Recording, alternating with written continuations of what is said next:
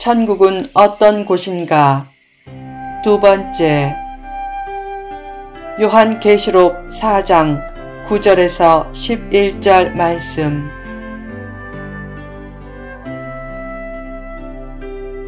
천국은 어떤 곳인가?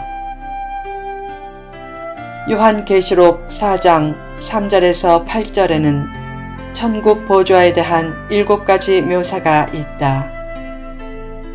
첫째, 하나님의 보좌가 있고, 둘째, 초록빛 무지개가 보좌의 후광으로 있고, 셋째, 무지개 뒤에 24장로가 있고, 넷째, 보좌로부터 번개와 음성과 우렛소리가 났고, 다섯째, 보좌 바로 앞에는 7등불처럼 보이는 성령님이 있고, 여섯째, 보좌 앞으로 수정과 같은 유리바다가 펼쳐져 있고, 일곱째, 보좌 주위에 네 생물이 있다. 본문에는 네 생물과 24장로가 무엇을 하는지 간단히 묘사되어 있다. 이 장면을 통해 천국의 실체에 대한 일부 단서를 얻을 수 있다. 천국은 어떤 곳인가? 1. 하나님의 영광으로 가득 찬 곳. 하나님의 보좌 주위의 네 생물은 밤낮 쉬지 않고 하나님을 찬송하며 하나님께 영광과 존귀와 감사를 돌린다.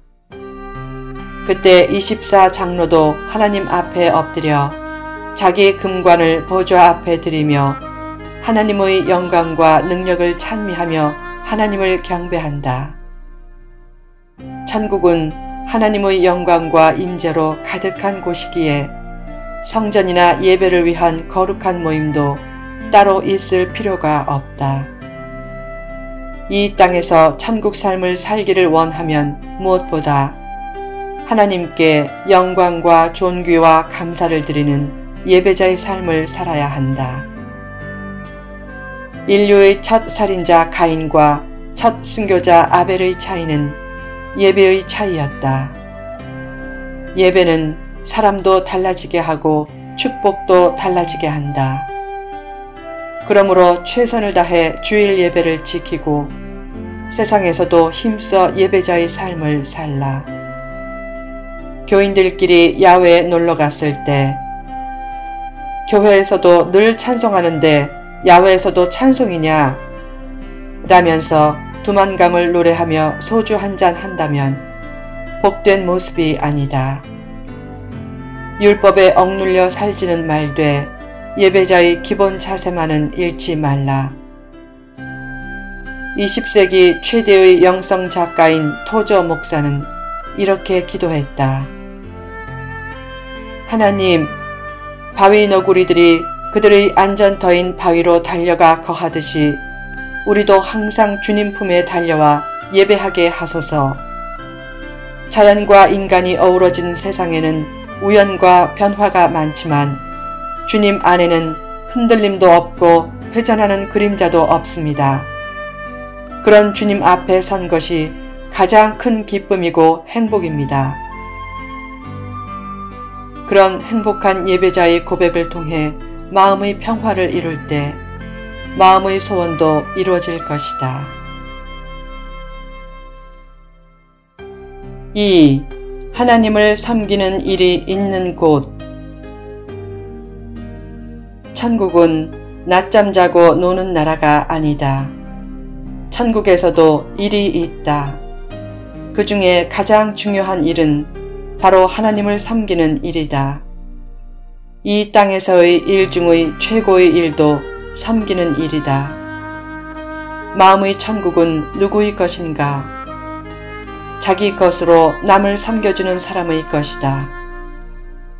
어떤 교인은 아담이 타락함으로 아담에게 내린 저주 중에 너는 종신토록 수고해야 그 소산을 먹는다 란 말씀과 죽을 때까지 땀을 흘려야 먹을 것을 먹는다 란 말씀을 가지고 수고와 땀, 즉 노동과 일이 죄의 결과라고 오해한다. 그러나 창세기 2장 15절에 나오는 여호와 하나님이 그 사람을 이끌어 에덴 동산에 두어 그것을 경작하며 지키게 하시고 란 말씀을 보면 거룩한 일은 타락 전에도 있었음을 알 수 있다. 타락의 결과는 일이 있게 된 것이 아니라 일의 참된 가치를 상실해서 일이 고통스럽게 되고 지겨워진 것이다. 일하면서 권태와 지겨움을 느낄 때마다 그것이 죄의 결과임을 인식하고 나태함을 경계하라.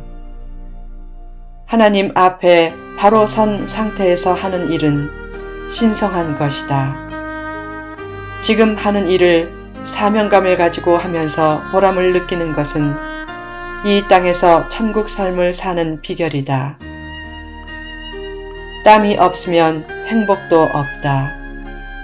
또한 복이 주어지지도 않고 주어진 복을 지킬 수도 없다. 일의 재미와 기쁨을 알라.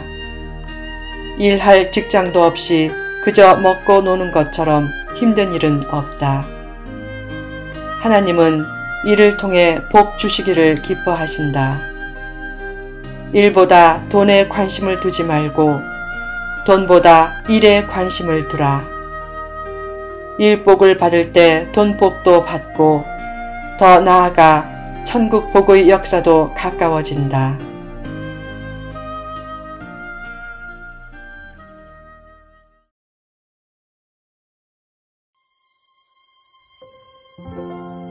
(3) 하나님과의 직접 교제가 있는 곳.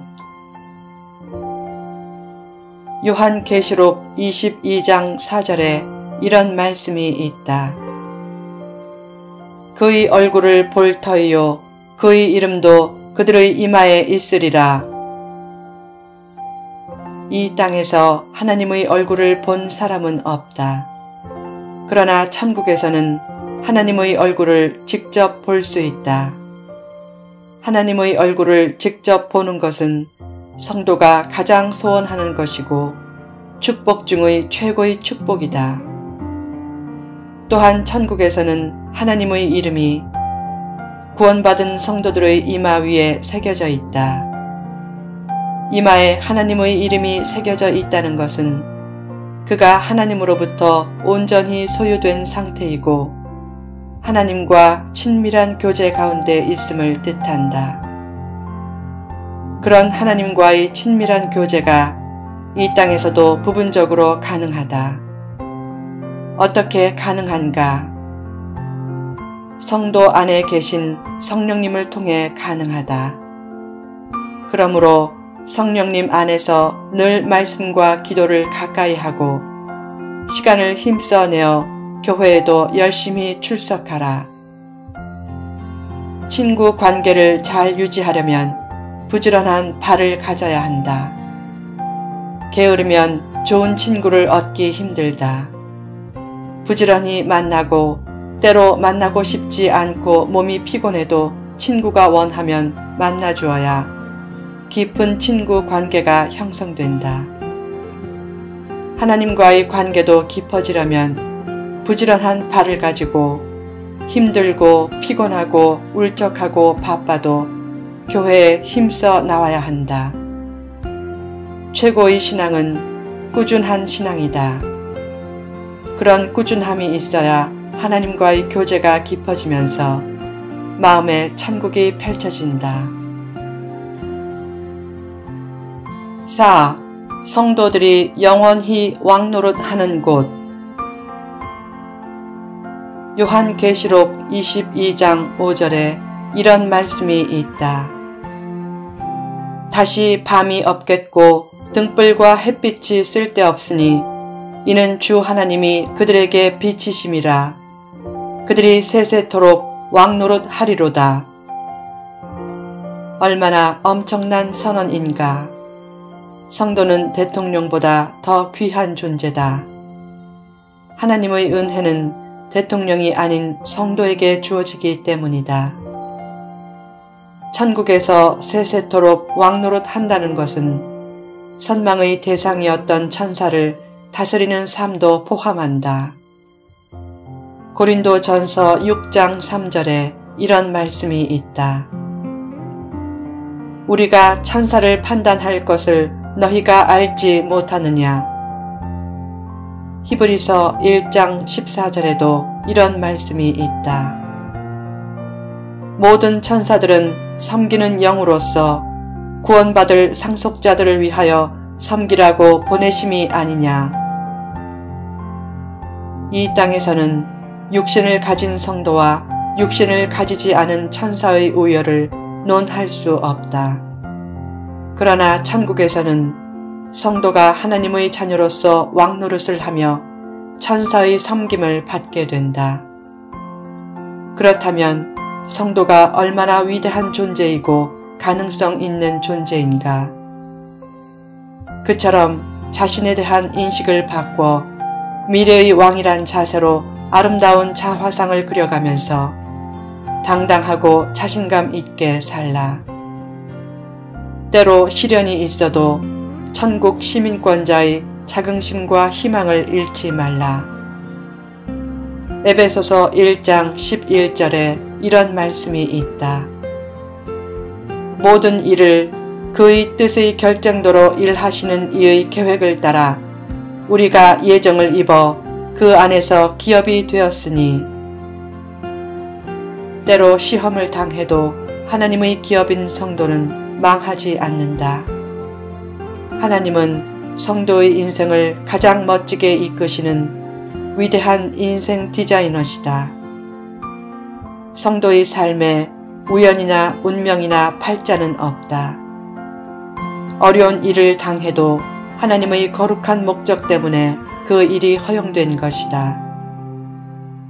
수시로 자신이 하나님의 크신 은혜와 사랑을 받은 자임을 상기하고 필요하다면 나는 하나님의 은혜와 사랑을 받는 존재다 라고 입술로 선포하라. 그처럼 하나님의 자녀로서 자신감을 가지고 궁극적인 복을 기대하며 살라. 하나님을 힘써 찾으면 신기하게도 사람들이 은혜와 축복의 보따리를 들고 자신을 찾아오는 역사가 나타난다. 항상 자신을 하나님의 존귀한 기업으로 여기고 당당하고 넉넉한 마음으로 이 땅에서도 천국 삶을 살라.